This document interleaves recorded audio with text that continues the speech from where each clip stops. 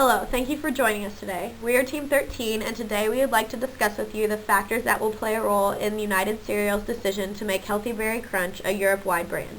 We will start by discussing which 3 S's of the McKinsey framework are important in United Cereal's short-term decision, and then we will share with you the information we believe United Cereal needs to gather to aid them in their decision. We believe that United Cereal should focus heavily on their structure, strategy, and shared values as they consider whether to launch Healthy Berry Crunch across Europe.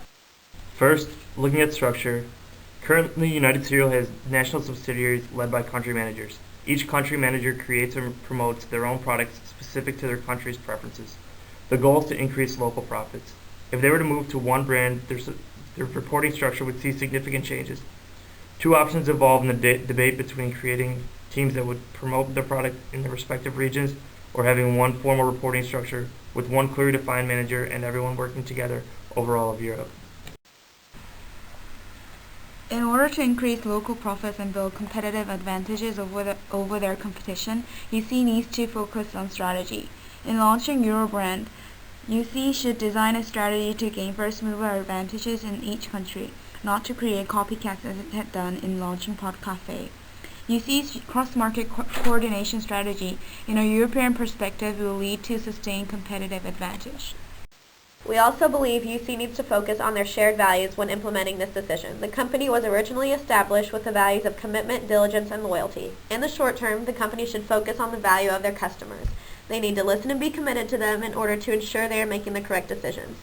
As stated in the case, UC should also focus on the value created from listening to the customer and spotting the trend making the market, as they have in past endeavors. In addition to their focus in the McKinsey framework, United Cereal must gather information about the consumers based on their needs and behaviors in order to gain a better understanding of how successful Healthy Berry Crunch would be in all of Europe.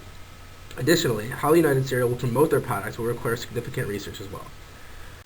UC has a history of intense pre-release research. It would be important for United Cereal to know the European trends towards health-conscious foods, to see how Healthy Berry Crunch would be received in these markets. It would be especially useful to know if any healthy new releases in other product categories, such as yogurts or snack bars, have been successful in a wide range of nations.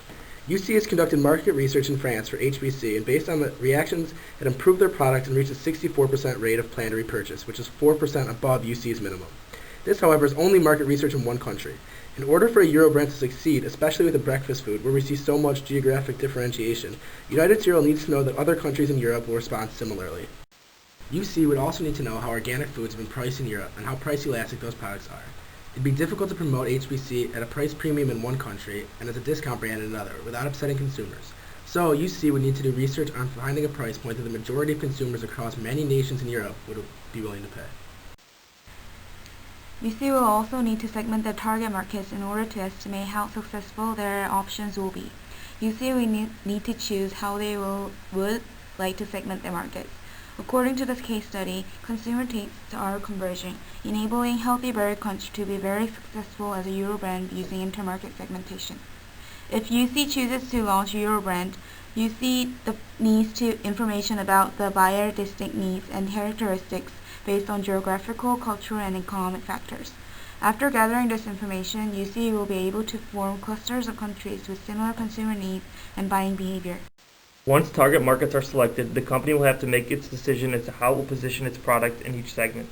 It is important for UC to establish a perceived value to the consumer greater than Kellogg's rival product, which will likely have an earlier release.